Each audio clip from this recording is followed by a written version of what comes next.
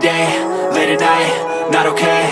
All I want, and I pray, all I need are some better days. Fuck me, I'm looking in the mirror, so foggy, but I've never seen clearer. I don't really think anyone can save me, and honestly I'm not really sure I want saving. I like to be my own worst enemy. There's no risk if you don't try at anything, so I'ma just keep buying everything. See you in the next life, have to be a better me. I don't think that my head's on straight, gotta flip it and grip it and go and get an x-ray.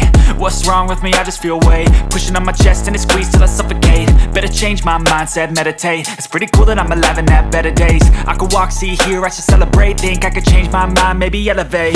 Living life, every day, late at night, not okay.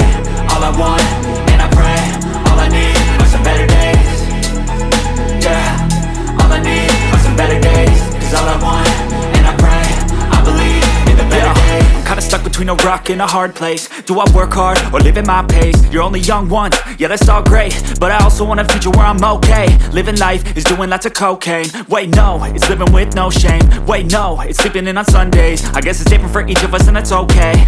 Well I just wanna be happy, how to get there? Glad that you asked me.